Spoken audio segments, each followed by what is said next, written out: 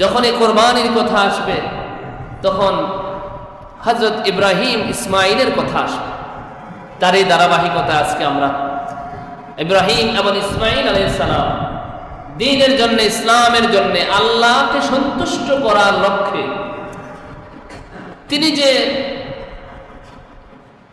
এক আল্লাহ তাআলার জন্য এক নজির স্থাপন করেছেন। পৃথিবীর বুকে দ্বিতীয় আরেকজনকে এমন করে পাওয়া যাবে না। যেই বিষয়টা আল্লাহ তাআলা কোরআনুল কারীমে সবিস্তারে বর্ণনা করেছেন, আমরা সেই বিষয়টাই এখন ধীরে ধীরে আলোচনা করব ইনশাআল্লাহ। হযরত ইব্রাহিম আলাইহিস সালাম যখন কাফেরদের বানানো অগ্নিকুণ্ডে নিক্ষেপ হওয়ার পরে দীর্ঘ ৪০ দিন সেখানে অবস্থান করার পরে আল্লাহর কুদরতে, রহমতে, বরকতে, আল্লাহর দয়ায় একেবারে নির্ভেজাল অক্ষত অবস্থায় যখন তিনি অগ্নিকুণ্ড থেকে বের হয়ে আসলেন, তখন তিনি সিদ্ধান্ত নিলেন, তিনি যখন বের হয়ে আসলেন তার জাতি হতবাক হয়ে গেলেন। যারা ইব্রাহিমের পক্ষে ছিলেন কম বেশ তারা আনন্দিত, উৎফুল্ল। যারা তার বিরুদ্ধে অবস্থান করেছিল তারা হতবাক হয়ে গেছে, ব্যর্থতায়, অপমান এবং লজ্জায় জর্জরিত হয়ে গেছে। এত আয়োজন, তাকে ধ্বংস করার জন্য এত কিছু করলাম, ইব্রাহিমের একটা ফসল পর্যন্ত কিছু হলো না। এক চাইতে বড় লজ্জা, বড় শরম আর কি হতে পারে? তারা উচিত ছিল আল্লাহর এই নিদর্শন দেখে ঈমান আনার, কিন্তু আনলেন না। ইব্রাহিম নবীও চিন্তা করলেন, যে জাতি আমাকে এমন করে অপমান অপদস্থ করলো, বেইজ্জতি করলো, আর যাই হোক মাতৃভূমি হলেও আমি এই জাতির সাথে, এই অসভ্য জাতির সাথে আমি আর থাকবো না। সিদ্ধান্ত নিলেন, এটাই উচিত। সবার ইমানদারের শিক্ষা তো ইসলাম থেকে নিবে। যেই জাতি, যেই কওম দ্বীনের ধারক এবং বাহকদেরকে সম্মান করে না, দ্বীনের ধারক এবং বাহকদের উপর ওয়াজিব ওই জায়গাটা ত্যাগ করা। দলিল, ইব্রাহিম আলাইহিস সালাম সিদ্ধান্ত নিছে এই বর্বর জাতি, এই নির্লজ্জ, বেহায়া, বেশরম জাতির কাছে আমি আর নাই। তিনি বের হয়ে পড়লেন। এবার তিনি সিদ্ধান্ত নিলেন, আমি আর এখানে থাকবো না, এখান থেকে চলে যাব। কোথায় যাবে? আল্লাহ তাআলা কোরআনুল কারীমে বলছেন, ইয়া রাসূলুল্লাহ, আমার ইব্রাহিম অগ্নিকুণ্ড থেকে বের হয়ে সিদ্ধান্ত নিলেন এখানে আর থাকবে না। আমার ইব্রাহিম বের হয়ে কি বলছেন? আল্লাহ তাআলা বলেন, আল্লাহ বলে, ওয়াকালা ইন্নী যাহিবুন ইলা রাব্বি সায়াহদিন। আর আমি এখানে থাকবো না, আমি অবশ্যই আমার মালিকের দিকে বের হয়ে পড়লাম।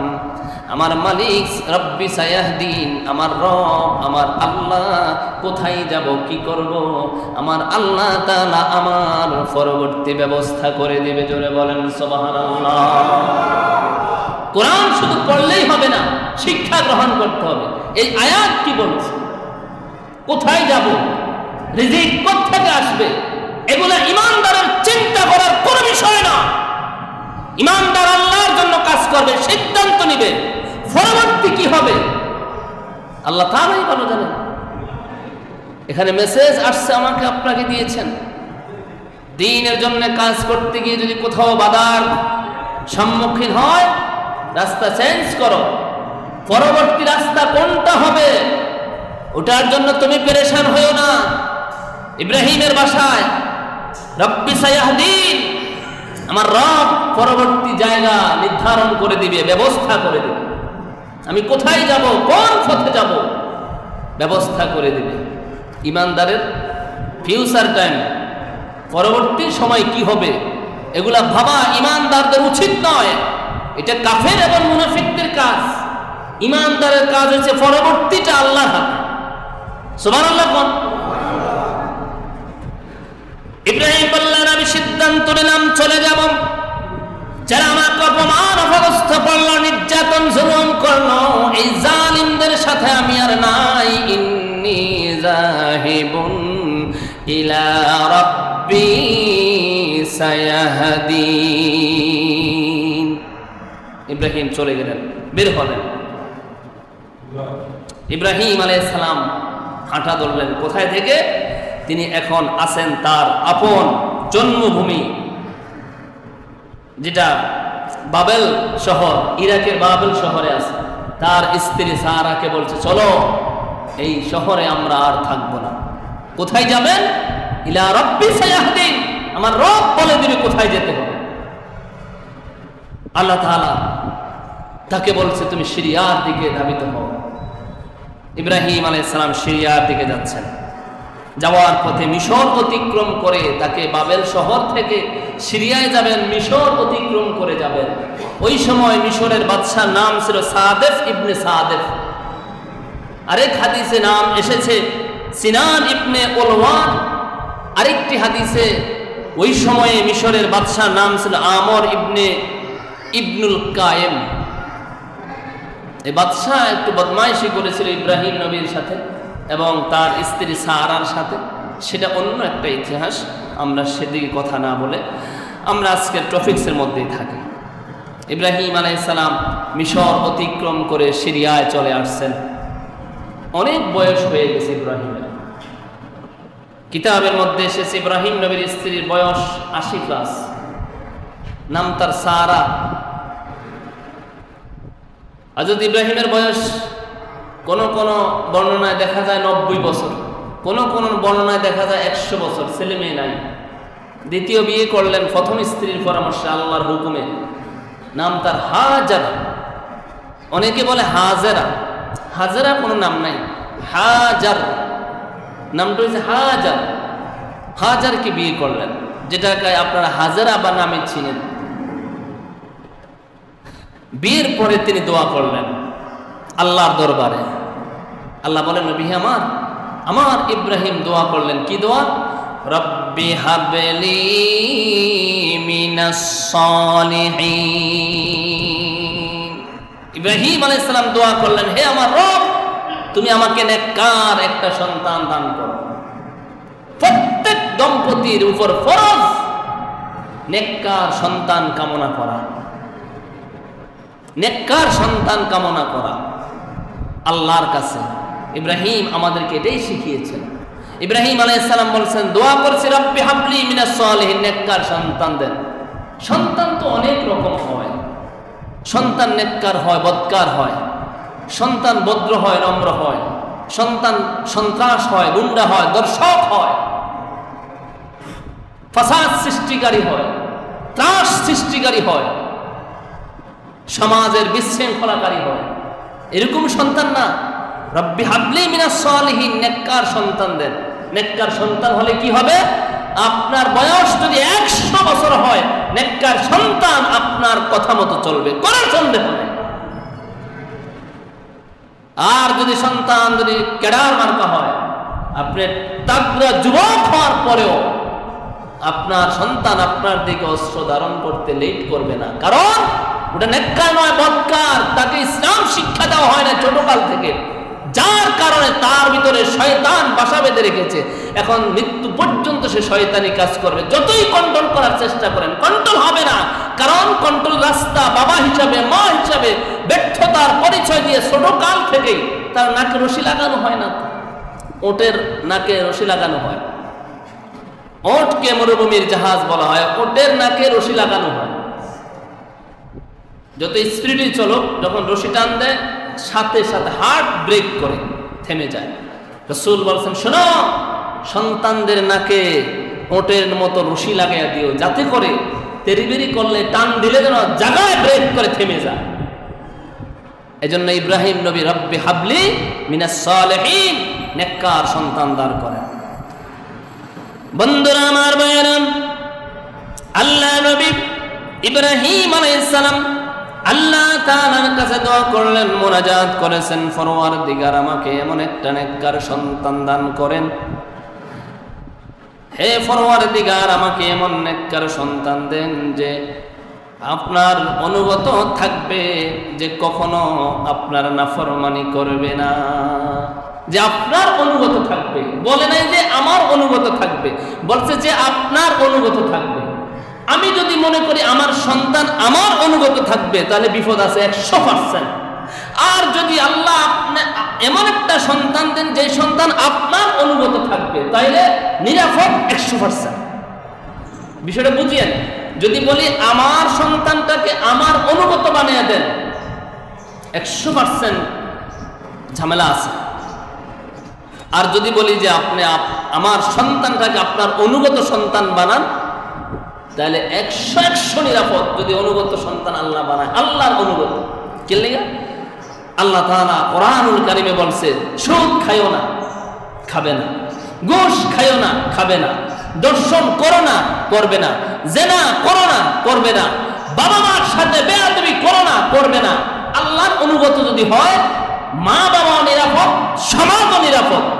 আর যদি আমার অনুগত বানান, হবে না। শয়তান ওয়াসওয়াসা দিয়া যেই কোনো সময় আমার বিরুদ্ধে আমার সন্তানকে নিয়ে যেতে পারে।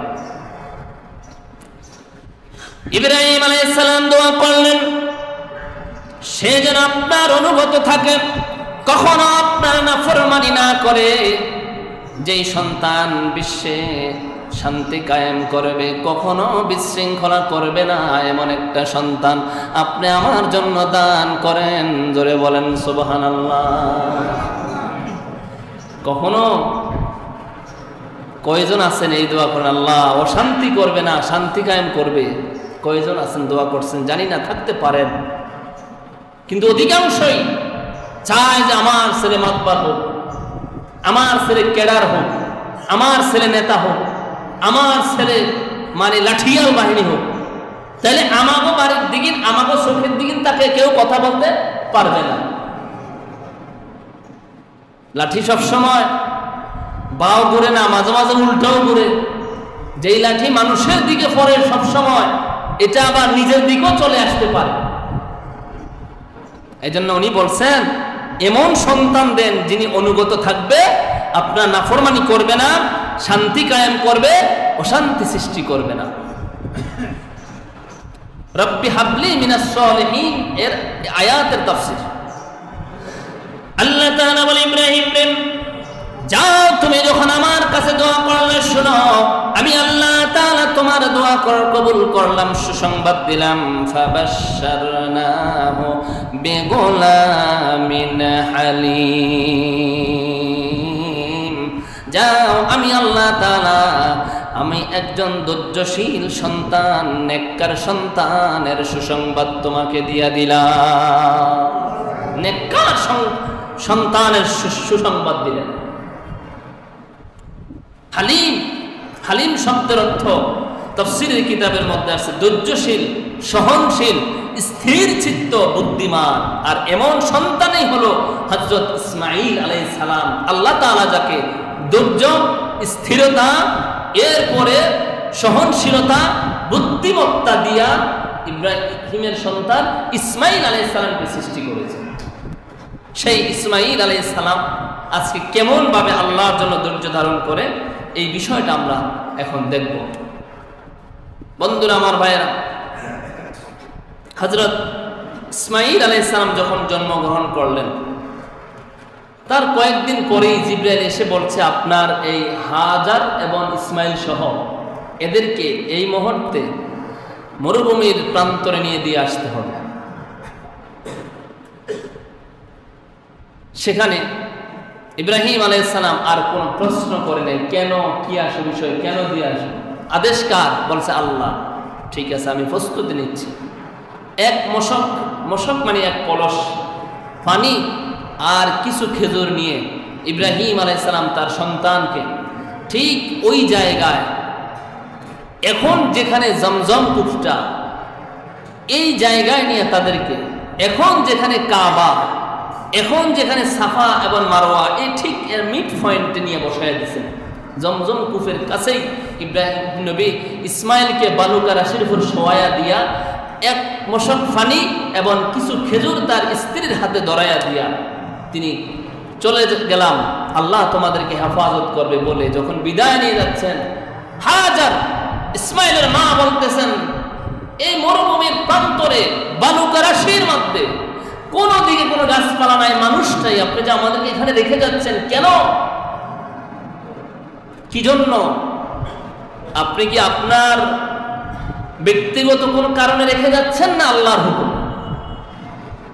তাফসীরের কিতাবের মধ্যে এসেছেন ইব্রাহিম আলাইহিস সালাম কলিজার টুকরা সন্তান, 100 বছর পরে সন্তান, আদরের সন্তানকে বালুকা রাশির মধ্যে শোয়া দিলেন। বাবা হিসাবে, মানুষ হিসাবে স্বাভাবিক হৃদয়ে রক্তক্ষরণ হয়। স্ত্রীকে এখানে রেখে যায়, কেউ নাই, বিপদে আপদে কে দেখবে, কোনো নিশ্চয়তা নাই, মুখ দিয়ে কথা বলতে পারে নাই, কলিজাটা ভেঙে যায়, বুকটা ভারী হয়ে আসে। শাহাদাত আঙ্গুলটা উপরের দিকে উঠায় ইশারা করে বলছে, হাজার রে, আমার হুকুমে আমার সন্তান স্ত্রী এখানে রেখে যাই নাই, আমার আল্লাহ আমাকে আদেশ করছে এখানে রেখে যাওয়ার জন্য। জোরে বলেন সুবহানাল্লাহ। আপনারা শুনছেন, সারা যখন হাজারের সন্তান হয়েছে তখন হিংসার কারণে ঘর থেকে বাহির করে দিছে, এরকম কিছু বক্তব্য আপনারা শুনছেন। এই বক্তব্যের সাথে ইসলামের কোনো সম্পর্ক নাই। আল্লাহ একটা নিদর্শন দিবেন ইসমাইলের দ্বারা, এজন্য ইসমাইলকে এখানে ছোটকাল থেকে ধৈর্য, সহনশীলতা, বুদ্ধিমত্তা, স্থিরতা শিখানোর জন্য আল্লাহর হুকুমে নবাগত সন্তান, নবজাত সন্তানকে এখানে রেখে গেলেন। যখন বলছে আল্লাহর হুকুমে, হযরতে হাজার কণ্ঠ উঁচু করে বলছেন, স্বামী হে আমার শুনেন, আমার আর কোনো চিন্তা নাই, আমার রব যখন বলছে এখানে রেখে দেওয়ার জন্য, আমার কলিজায় দৃঢ় বিশ্বাস, আমার আল্লাহ তাআলা আমাকে, আমার ইসমাইলকে হেফাজত করবে। জোরে বলেন সুবহানাল্লাহ। শুধু ইব্রাহিম নবীর যে দৃঢ়তা ছিল তা নয়, তার স্ত্রীরাও ছিল ঈমানের উপর অটুট, অবিচল। এটাই স্বাভাবিক। পরশ পাথরের সাথে লাগলে পাথর সোনা হয়ে যায়, ঠিক ইব্রাহিম আলাইহিস সালাম একজন পরশ পাথর, তার ছোঁয়া লেগে তার স্ত্রীরা, সন্তানগুলো এলো পরশ পাথরে রূপান্তর হয়ে গেছে। দীর্ঘদিন এখানে থাকে, অনেক ঘটনা, সময় যেহেতু কম। ইসমাইল আলাইহিস সালামকে নিয়ে হাজার এখানে থাকেন। একটা সময় এখানে জনপদ হয়ে গেছে, 9 বছর বয়স। মাঝে মাঝে ইব্রাহিম তার সন্তান ইসমাইলকে দেখে যান। 9 বছর বয়স যখন হয়ে গেছে, আজকে ইব্রাহিম নবীকে আল্লাহ তাআলা আদেশ করলেন। তাফসীরে মাজহারিতে এসেছে, জিলহজ মাসের 8 তারিখ রাতে সর্বপ্রথম তিনি স্বপ্ন দেখেন যে আল্লাহ তাআলা তাকে আদেশ করেছেন, শোনো, তোমার সবচাইতে প্রিয় জিনিস যেটা, সেটা আল্লাহর রাস্তায় কোরবানি করো। কিতাবের মধ্যে আছে হযরত ইব্রাহিম আলাইহিস সালাম প্রথম দিন 100 ওট আল্লাহর রাস্তায় কোরবানি করলেন। ইলহাম আসছে, না হবে না। তিনি পরের দিন আবার দুম্বা জবাই করলেন, হবে না। তোমার প্রিয় জিনিস যেটা সবচাইতে বেশি প্রিয় দুনিয়ায়, ওটা আমার রাস্তায় দিয়ে দাও। এই কথা শোনার পরে হযরত ইব্রাহিম আলাইহিস সালাম চিন্তা করলেন যে আল্লাহ তাআলা আমাকে যে আদেশ করেছেন, সেই আদেশ এটাই ইন্ডিকেট করে 100 বছরের ভিতরে দুনিয়াতে আল্লাহর পরে সবচাইতে প্রিয় জিনিস আমার কাছে আমার সন্তান ইসমাইল। অবশ্যই তিনি আমার সন্তান ইসমাইলকে আল্লাহর রাস্তায়, তার রাস্তায় কোরবানির আদেশ করেছেন। তিনি সিরিয়া থেকে বের হয়ে গেলেন, আসলেন কাবায়। মক্কার প্রান্তরে আসার পরে হযরত হাজরার কাছে বললেন যে আমরা, হযরত হাজরাকে তিনি এইভাবে তাফসীরে বগবীতে আসছে, হাজরার কাছে তিনি এটা উপস্থাপন করেন না, দুর্বল নারীরা একটু দুর্বল মানুষ, এদের মন নরম, দিল নরম, স্বাভাবিক একটু কিছু হইলে হাউমাউ চিৎকার চেঁচামেচি শুরু করে। হযরত ইব্রাহিম তার সন্তান ইসমাইলকে হাজেরার কাছ থেকে বুঝিয়ে শুনিয়ে নিয়ে যাচ্ছেন মিনা বাজারের দিকে, যেখানে কোরবানি করা হয়। এদিকে যাবেন, যাওয়ার আগে আল্লাহ তাআলা বলেন, আমার ইব্রাহিম তার সন্তানকে প্রস্তুত করালেন। কিভাবে প্রস্তুত করালেন আল্লাহ তাআলা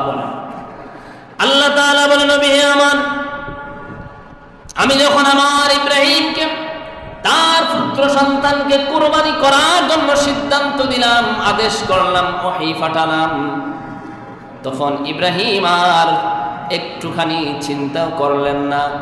সাথে সাথে তার সন্তানের কাছে গেলেন, সিরিয়া থেকে মক্কায় চলে গেলেন, তাকে জানালেন। কিভাবে, কোন ভাষায় জানালেন? আল্লাহ তাআলা বলেন, ফালাম্মা বালাগা মাহুস সা'য়া ক্বালা ইয়া বুনাইয়া ইন্নী আরা ফিল মানাম। ফালাম্মা বালাগা মাহুস সা'য়া, আমার ইব্রাহিমের সাথে যখন তার আদরের সন্তান ইসমাইল হাঁটা চলা করে, বাজারে যেতে পারে, একটু সহযোগিতা করতে পারে, একটু দৌড়াদৌড়ি খেলাধুলা শিখছে, এমন সময় ক্বালা ইয়া বুনাইয়া, এমন সময় সে তার সন্তানকে ডাকছে, ইয়া বুনাইয়া, কলিজা টুকরা সন্তান, ইন্নী আরা, নিশ্চয়ই আমি দেখেছি, স্বপ্ন যোগে দেখেছি, ইন্নী আরা ফিল মানামি, স্বপ্নে দেখেছি, আন্নী আযবাহুক, আমি আল্লাহ তাআলার জন্য তোমাকে কোরবানি করি। ফানজুর মাজা তারা, বাবারে এই স্বপ্নের বিষয়ে, এই কোরবানির বিষয়ে তোমার মতামত কি? এই যে আমি স্বপ্নে দেখলাম তোমাকে কোরবানি করি, মতামত কি তোমার? তাফসীরের কিতাবের মধ্যে আস-সা'য়ু শব্দের অর্থ চেষ্টা করা। আল্লামা কালবি বলেছেন, সা'য়ু শব্দের অর্থ হলো আল্লাহ তাআলার সন্তুষ্টির জন্য কাজ করা। আর তাফসীর কারক কাতাদা বলেছেন, সা'য়ু শব্দের অর্থ হচ্ছে হযরত ইসমাঈল আলাইহিস সালাম তার পিতার সাথে দৌড়ে পাহাড়ের উপর পর্যন্ত পৌঁছতে পারে যখন, তখন আল্লাহ তাআলা এই আদেশ করেছেন যে আমি স্বপ্ন দেখি তোমাকে আল্লাহর জন্য কোরবানি করি। ফানজুর মাজা তারা, এই বিষয়ে তুমি কি বলবা? এই বিষয়ে তুমি কি করবা, বলো, তোমার মতামত কি?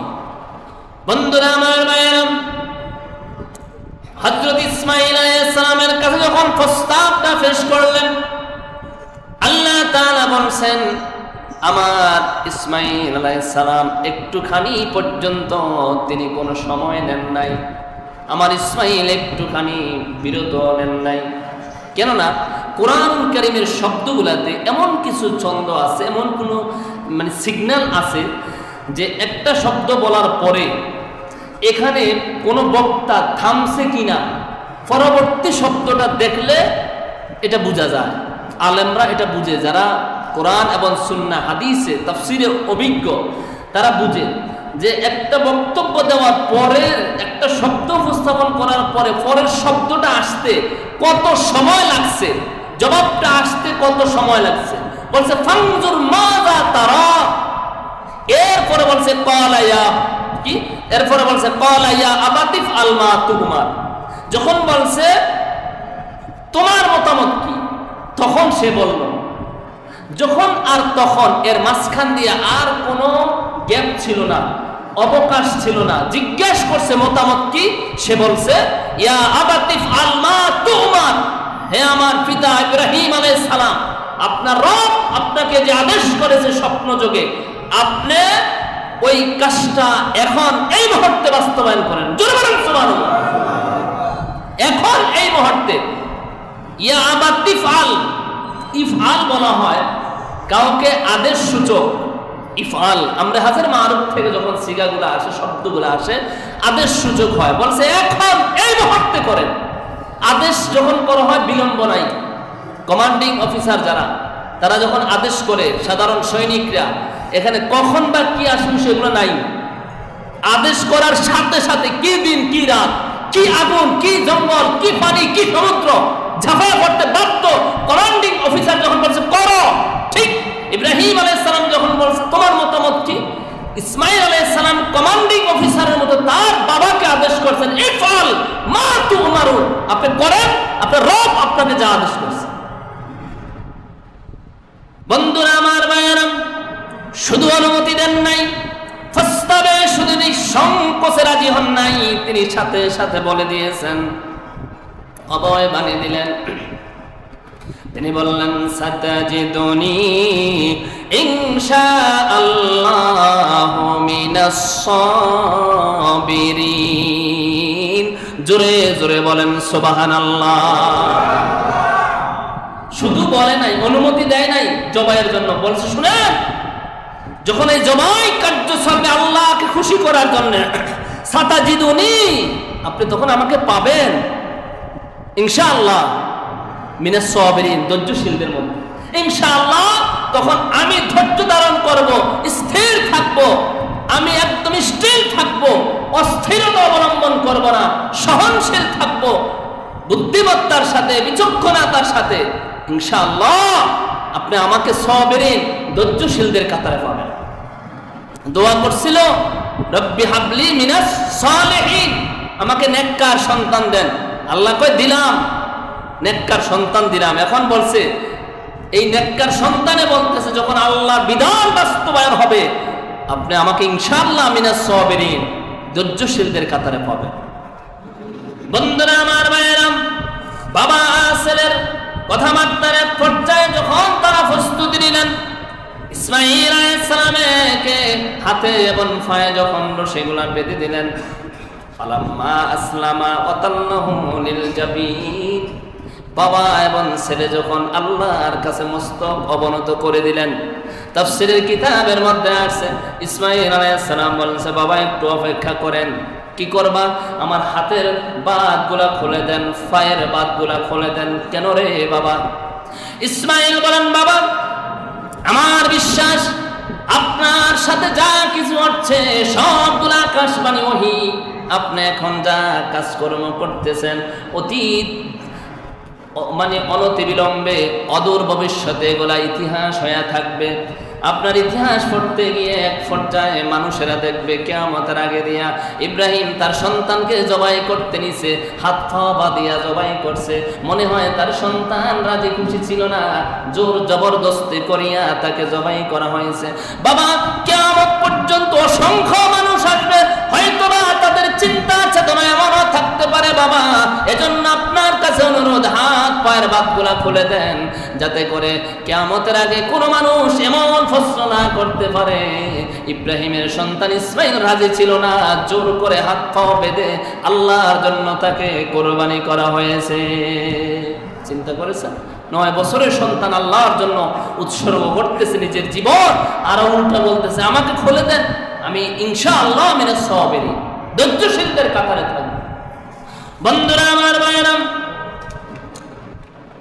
আল্লামা বাগবী তার তাফসীরের মধ্যে লিখেছেন, জবাই করার পূর্বে হযরত ইসমাঈল আলাইহিস সালাম তার হাত পা বেঁধে নেওয়ার জন্য প্রথম বলেছিলেন, পরে আবার খুলে ফেলার জন্য বলেছেন। এইভাবে হযরত ইসমাঈল আলাইহিস সালাম, হযরত ইব্রাহিম আলাইহিস সালাম, এরা দুইজন মিনা বাজারে কুরবানির জন্য প্রস্তুত হয়ে গেছেন। এমন সময় আমার আল্লাহ তাআলা ডাক দিয়ে বলেন, ফালাম্মা আসলামা ওয়া তাল্লাহু লিল জাবিন, ফালাম্মা আসলামা ওয়া তাল্লাহু লিল জাবিন। আল্লাহ বলে, নবী হে আমার, যখন তারা দুজন ইব্রাহিম আর ইসমাঈল, যখন তারা দুজন আমার জন্য কোরবানি হওয়ার জন্য প্রস্তুতি নিলেন, যখন জবাই করবেন, এমন সময় আমি আমার ইব্রাহিমকে ডাক দিলাম, অনাদা, আমি আমার ইব্রাহিমকে ডাক দিলাম, হে ইব্রাহিম, কদ সাদ্দাকতা রুইয়া, আপনি আপনার স্বপ্ন বাস্তবে পরিণত করছেন। জোরে বলেন সুবহানাল্লাহ। আল্লাহ বলে, জিবরাইল, বিষয়টা এমন ছিল না যে মানুষগুলো আমি নিজের হাতে বানালাম, ওই মানুষগুলোকে আমি আমার মানুষ দ্বারা, বাবা দ্বারা সন্তান জবাই করব, এমন নিষ্ঠুর আমি না। আমি কেবল তাদের ইচ্ছাটা চাইছিলাম, তারা কি সত্যিকার অর্থে আমাকে ভালোবাসে কিনা, আমাকে মহব্বত করে কিনা, আমি একটু পরীক্ষা নিলাম। আমার ইব্রাহিম ইসমাঈল পরীক্ষায় ফার্স্ট হয়ে গেছে রে। জিবরাইল, মিনা বাজারে আমার ইব্রাহিম তার সন্তান ইসমাইলকে জবাই করার চেষ্টা করতেছে রে, আমি আল্লাহ চাই না আমার ইসমাইল জবাই হোক, যাও জান্নাত থেকে একটা দুম্বা নিয়ে যাও, আমার ইসমাইলকে সরাইয়া হযরত ইব্রাহিমের ছুরির নিচে তোমার দুম্বাটা শোয়া দাও। আদেশ করা হয়েছে আরশে আজিম। হযরত জিবরাইলকে আল্লাহ তাআলা 4 বার আদেশ করেছে। তিনি মানে যতবার আদেশ করেছে তার মধ্যে 4 বার তার 600 ফাঁকা ব্যবহার করেছেন। তাফসিরে জালালাইন এবং আদ-দুররুল মানসুর তাফসিরের কিতাবের মধ্যে আসছে, 2টা ডানা এইভাবে মেলে যদি একবার নিচের দিকে চাপ দেয় 1000 বছরের রাস্তা যাইতে পারে। এরকম 500 ডানা তার দেহে ছিল, সবসময় 2টা ইউজ করত, শুধুমাত্র 4 বার এই 600 ডানা একসাথে ইউজ করছে। তার মধ্যে আজকে একদিন মিনা বাজারে তিনি আসবেন, 600 ডানা। বলছি ইয়া রাসূলুল্লাহ, রাসূল একদিন জিজ্ঞাসা করেছিলেন, তখন বলছে হুজুর এত ফেরেশান হলাম, আমি আমার সদর দপ্তর সিদরাতুল মুনতাহায়, আল্লাহ বলছে এখন এই মুহূর্তে কোরবানি হয়ে যাচ্ছে, আমার ইসমাইলকে জবাই করে দিচ্ছে, এর আগে জান্নাতে গিয়ে দুম্বা নিয়ে ইসমাইলকে সরাইয়া দুম্বা ছুরির নিচে ঢুকাইয়া দিবা। এত ফেরেশান আমি হয়েছি, 600 ডানা আমি ইউজ করে মুহূর্তের মধ্যে জান্নাতে গিয়া যখন দুম্বা নিয়ে আসতেছিলাম, আমার মনে হচ্ছে ইব্রাহিম জবাই করেই দিবে, তখন আমি চিৎকার দিয়ে বললাম আল্লাহু আকবার। এইভাবে আমি বললাম আল্লাহু আকবার। এটা যখন আমি বললাম ইব্রাহিম আলাইহিস সালামের কানে ওই আওয়াজ গেছে, তখন তিনিও বলছেন আল্লাহু আকবার। দুইজনে বলছে। হযরত জিবরাইল বলেন আল্লাহু আকবার। ইব্রাহিম জিবরাইলের কণ্ঠে যখন শুনলেন আল্লাহু আকবার, তিনিও বললেন আল্লাহু আকবার, আল্লাহু আকবার, লা ইলাহা ইল্লাল্লাহ। হযরত ইসমাইল আলাইহিস সালাম যখন ছুরির নিচে থাকিয়া তিনি শুনতেছে আব্বা তাসবিহ পড়েন, তাকবীর দেয়, জিবরাইলও তাকবীর দেয়, এবার তিনিও বলতেছেন লা ইলাহা ইল্লাল্লাহ, আল্লাহু আকবার, আল্লাহু আকবার, ওয়ালিল্লাহিল হামদ। এই তিনজনে মিলে এই বাক্যটা বলছে আল্লাহু আকবার, আল্লাহু আকবার। জিবরাইল যখন 2 বার বলছে আল্লাহু আকবার, আল্লাহু আকবার, ইব্রাহিম আলাইহিস সালাম তাকবীর দিয়া বলছে লা ইলাহা ইল্লাল্লাহ, আল্লাহ ছাড়া কোনো মাবুদ নাই। এরপর ইসমাইল বলছে ওয়ালিল্লাহিল হামদ, সমস্ত প্রশংসা আল্লাহর জন্য। এই তিনজনের বাক্য এখন আমাদের জন্য একটা তাসবিহ হয়ে গেছে, যেটা আমরা পড়ি। বন্ধুরা আমার ভাইরা, এই যে তাকবীর দেওয়ার মাঝে একটু গ্যাপ হয়ে গেল, হযরত জিবরাইল বলে আমি তাড়াতাড়ি আসিয়া ছুরির নিচে দুম্বাটা শোয়া দিয়া ইসমাইল নবীকে আমার কোলের মধ্যে বুকের মধ্যে টান দিয়া ধরে রাখলাম। ইব্রাহিম জবাই করে দিয়ে দেখে তার সন্তান আমার কোলে, আর জবাই হয়ে গেছে জান্নাতি দুম্বা। জোরে বলেন সুবহানাল্লাহ। এখানে বড় একটা ঘটনা বলার উদ্দেশ্য হচ্ছে, আমাদের থেকে আল্লাহ তাআলা সন্তান চান না জবাই করার জন্য, আমাদের থেকে আল্লাহ তাআলা গরু চান নাই, মহিষ চান নাই, দুম্বা চান নাই। আল্লাহ চায় কল কার নিয়ত কি, আসলেই কি আল্লাহর জন্য করে কিনা। এজন্য আপনি আর আমি যদি আল্লাহর জন্য কুরবানি করি, এই কুরবানির পশু আশা করা যায় আল্লাহর রাসূল বলেছেন কিয়ামতের ময়দানে আপনাকে জান্নাত পর্যন্ত পৌঁছে দিবে। শর্ত হইছে 2টা। কয়টা? 2টা। কয়টা? নিয়ত বিশুদ্ধ হওয়া চাই, সাচ্চা নিয়ত। মানুষ কি করব, প্রত্যেক বছর তো কুরবানি দেই, এই বছর না দিলে মানুষ কি করব, নিয়ত বরবাদ। মাইয়ের বিয়ে দিছে এই বছর মাত্র, মেহমান টেমন আইব, আমরা তো গরু বছর কিনে লাগে, দেন কোরবানি তো বাড়িয়ে দেন, নিয়ত বরবাদ। এরপরে নাতি নাতকে ছোটখাটো হয়েছে, সারা বছর দিয়েছে, ও কষ্ট মিষ্টি কোরবানিটা দেন, নিয়ত বরবাদ। আল্লাহর জন্য কোরবানি হবে, কার জন্যে? নিয়ত। আর হচ্ছে হালাল ইনকাম। হারাম ইনকাম দিয়া কোরবানি 100 কোরবানি করলো, 100 না, তাম পৃথিবীর সব পশু যদি কোরবানি করা হয় কাজ হইব না। হালাল টাকা দিয়া 10,000 টাকা দিয়ে যদি একটা বকরি আপনি কোরবানি দেন, একদম হালাল মনে করেন, আপনি দেখেন যে এই টাকার মধ্যে অন্যদিকেও ডাইন বাম থাকলো, এই টাকাটার মধ্যে কোনো ডাইন বাম নাই, তাইলে এটাই আপনার জন্য আল্লাহ তাআলা কবুল করে নেবেন। দেখা নিলে ফুডানের লিগা, বড় বড় কিনার লিগা হালাল হারাম বাইছা না বাইছা কোরবানি দিলে এটা শুধু দেখাই হইব, খাওয়াই হইব, কিন্তু এটা ওটাই হবে না যেটা আল্লাহ চাইছে। আল্লাহ তাআলা আমাদের এবং আপনাদের কোরবানিগুলা বিশুদ্ধ নিয়তে হালাল টাকা দিয়ে করার তৌফিক দান করুন। জোরে বলেন আমিন। কোরবানি অমকের নামে ধমকের নামে না, কোরবানি অমকের পক্ষ থেকে।